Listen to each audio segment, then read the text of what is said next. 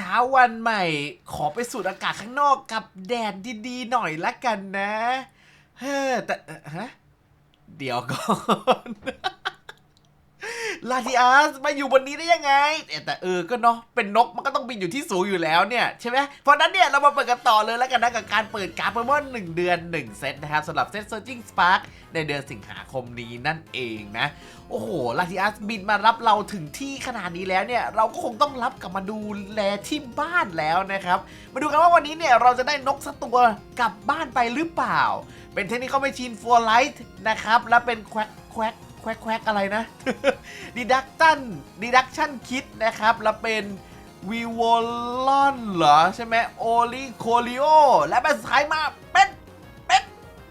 โอ้โหขอบ เลิกทีนี้โอ้โห